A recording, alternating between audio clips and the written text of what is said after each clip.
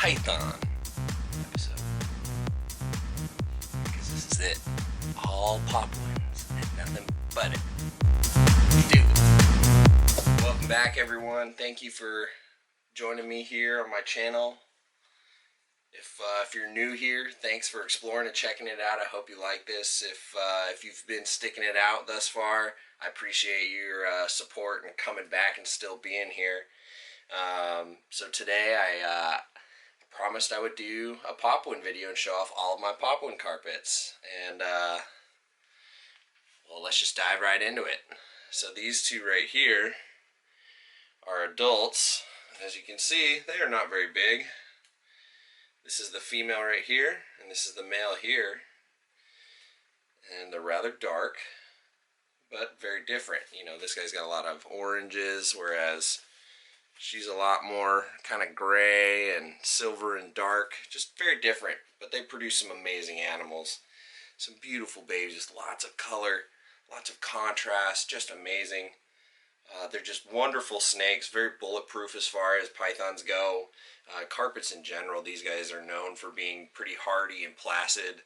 They love to eat, but they don't get as big as something like a Centralian or a Bredli, or even a big coastal. These guys, you know, quite oftentimes stay 4 or 5 feet, like these two adults here.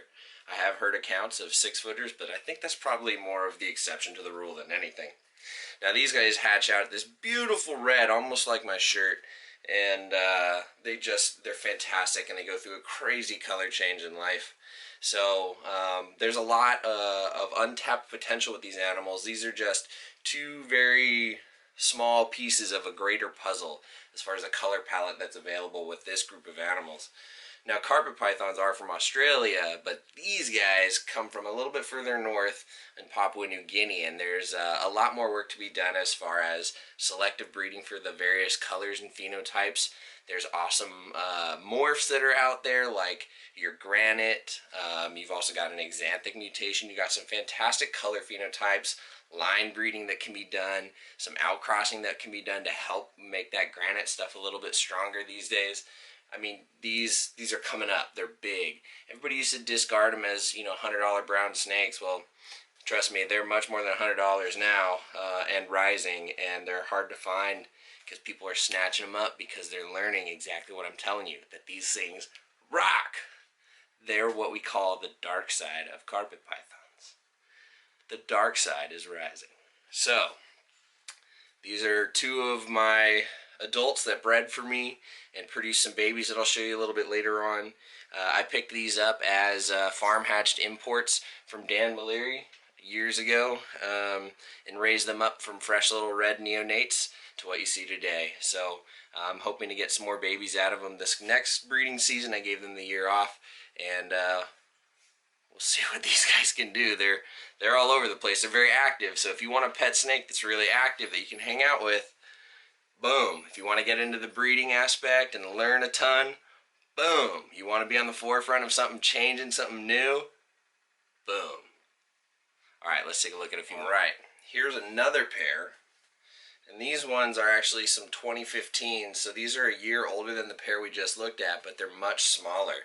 And that's because the breeder I got these animals from actually raised them up much slower, fed them more sparingly, and they were even hatched out a little bit later outside of their typical season. Papuans tend to, you know, have eggs and hatch out early spring before summer gets going, but these guys were later, slow fed, small food items. But since they got here, they've been getting a lot of food. This girl's been growing a ton. She's very, very dark. I went after these individuals in particular for how dark they are. You can just see, I mean, they've got very clean bellies, but really dark faces, rich blacks, real dark noses. And these two are half siblings from same sire, different female. So they have some of the shared lineage, but otherwise they have some pretty good background. These things are nice and diverse, and that's what you really want. You don't want to do a lot of sibling to sibling stuff if your goal is to strengthen and have a lot of variety and do cool things. But if you want a line breed, then obviously you're going to do some sibling stuff. But I just, they're two totally different animals. I love the color palette. Again, the untapped potential with Papuans is like, you can't say enough. There's just so much to explore, and I cannot wait to give these two a shot at breeding this year. They're definitely catching up, eating rats, doing really well, but as you can see, not big at all. I would like the female to put a little more size on just because I know how big these eggs can be. So to make it safer and easier for her health-wise, we're going to wait till she's big enough. So, and yes, I did get grabbed by the male. He's hungry. It is feeding day tomorrow. It didn't hurt. It's not that bad. So, alright. Now what I'm going to do is I'm going to put these little snakers away, and I'm going to show you some little babies. Now, they're probably going to bite me. They're not the friendliest. They're very tense, and that's because they're F1s from wild, farm hatched animals. So they have those really raw instincts. They haven't really, their lineage hasn't been, quote unquote, even close to domesticated, right? So, all right, let's put these guys away. Check out some screaming, colorful babies. All right, clean my hand off. Can't even tell. Good to go. Next up is a beautiful, beautiful 2018 male. This is another Papuan carpet. This animal is referred to as a tiger IJ. Now, IJs are the same thing as Papuans. It's just an old defunct name. Irian Jaya used to be the name of Papua New Guinea. It has not been since probably before I was born. So Papua New Guinea, Papuans, get it? Good. Moving on. Tiger IJ was the name of this particular line of animals. In Morelia, things that have heritable striping beyond just natural stuff oftentimes gets labeled tiger. The first example, most notably so, being the Balin tigers in coastal carpets. And I think it's just started a trend that any heritable phenotype of striping, a lot of people want to call them tigers. So just for consistency. But this is a tiger IJ. Really, really cool. Beautiful colors, excellent striping, great contrast, just a wonderful animal. And the more diverse bloodlines you can have in your population of Papuans, the better. I'd take 3 more of these if I could. But this came to me from a very good friend of mine, Eric Burke of EB Morelia. And I'm very fortunate to have this animal. He's very mild-mannered. The next one also comes to me from a good friend. Not so mild-mannered. Very grumpy baby, typical behavior. So let's take a look. Alright. So what we have here is another Papuan carpet produced by my friend Jacob Bratz of JLB Morelia. And this thing is wicked. Yee. He likes to bite. And I'm getting really close to his face to show you this shot of him. And it's probably going to backfire because he's picking up on my warm breath. But this is Savage Patch Kid. SPK for short. This dude's lightning quick. And he really wants a piece of me. But you can see how different he is from the Tiger IJ and the adults we've seen thus far. Pattern really fades, the black outline disappears as we get to the belly, the flanks are a little more ghostly. Just a wonderful animal. Very different in color palette from everything else that I have too. Just a stunning animal. He's gotten better as far as temperament goes with age, but he's still known to dish out the heat. So alright, I love this snake. I love all Papuans, so let's just keep on going. Okay, this one is probably not going to end smoothly. Yikes! Ow! This is Edelweiss. She's not very nice, but she's really beautiful. And this is Dr. Lecter. Ow! Stop it! God. Thanks, Eric. These things are wonderful. Ah! Ah! They're both head xanthics. They're both Papuans. They're not normally like this. Don't hurt me. Good God. Why did I do this? Two of them is always worse than one. Oh my goodness, they're beautiful though. These are head xanthics, so they're wild types, but you tell me if that xanthic influence is there. They're supposed to be recessives. There's debate if it's incomplete dominant. I don't know. One thing I know. Jesus! Chill! These things are psycho! Woo! Alright, I think we're done with the hats. Head xanthic, Papuans from Eric Burke. Good Lord, Eric.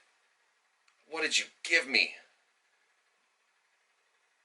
The devil. Alright, so these ones aren't necessarily any more well-behaved than the last ones we looked at, but these ones I produced, so I handle them, I guess, more. I don't know.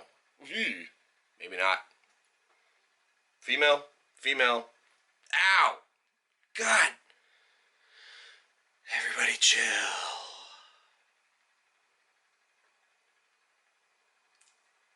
That is not chill. I'm trying to tell people how Papuan carpets are nice. And you're doing this. Anyway, this is one of my holdback females. So is this. In fact, they're, I think, the only two females I hatched from that clutch. It's very male heavy. It's kind of a bummer. Stop it! Jesus Christ! What the hell's the matter with you guys? Everybody's hungry. They're all getting fed tomorrow, but they need to chill. Stop fighting. But these are sisters. Slightly different looks. I would say this one's got more of like the kind of the gray lavender stuff going on. This one's a little more orange going on. But the crown jewel from this clutch, and I definitely saved the best for last, is my boy Redman. We're going to check Redman out in just a sec. Oh. It's not good. This is not good. Alright. Last but certainly not least. Woo! Hey, look at this! Look at the color! Oh. Just nutty. So if anybody knows Papuan carpets, they fire up and down, sort of like crested geckos do, just like different times of day and night. They're just, you know, just brighter. This dude at like 6:30 in the morning or 6:30 at night, oh, just stunning. But all of this color is just, I mean, I guess the camera's sort of getting it there, but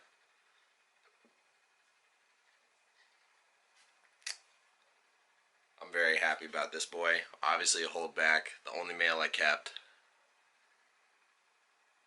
Oh. I can't wait for him to get into the breeding rotation in a year or two. The idea is to take this dark side and bring out the color. There's so much untapped potential with Papuans. So much, so much. Line breeding for reds. Line breeding for stripes. Line breeding for orange or faded bellies or banding or whatever. Like melanism. All of it. It's just, it hasn't been done yet. None of it has. So it's like the most exciting new frontier. And it's Papuan carpets. It's like the best. So, I'm hoping to produce some more this coming season. Hopefully I can let some go to the public finally. And if you don't have carpets and you're thinking about it, get some. If you have carpets and you don't have Papuans, where the hell are you? Where you been? You're sleeping. If you've been sitting on getting some Papuans and you're not sure, do it. They're amazing. And the future for them is looking bright. Or dark. Or bright and both. The future is amazing for them. Get them. You want them. and hopefully I can make some for y'all, because I have a thing where I like to keep them all. Sorry. But anyway, I told you I'd do a video showing off the Papuans. I think that was everybody. And I hope everybody's staying safe, enjoying all this extra time with their animals. And I think next week I'll be coming at you with a video showing off this year's hatchling clutch of Xanthic coastal carpets, because as we speak, it's going on in the other room. So you're just going to have to wait and stay tuned. And if you want to see it, you got to hit that bell below so you get the notifications. You got to subscribe. You got to be on top of this so you can catch it and so you can see it. So you heard me. Like, comment, subscribe, hit the bell for notifications. Let's keep this thing going. Love your Papuan carpets. You don't necessarily need a morph to do some crazy colorful stuff. Mother Nature has this figured out, and we're going to explore what she's given us. So, alright. Once again, take care, stay safe. Thanks for tuning in. Peace.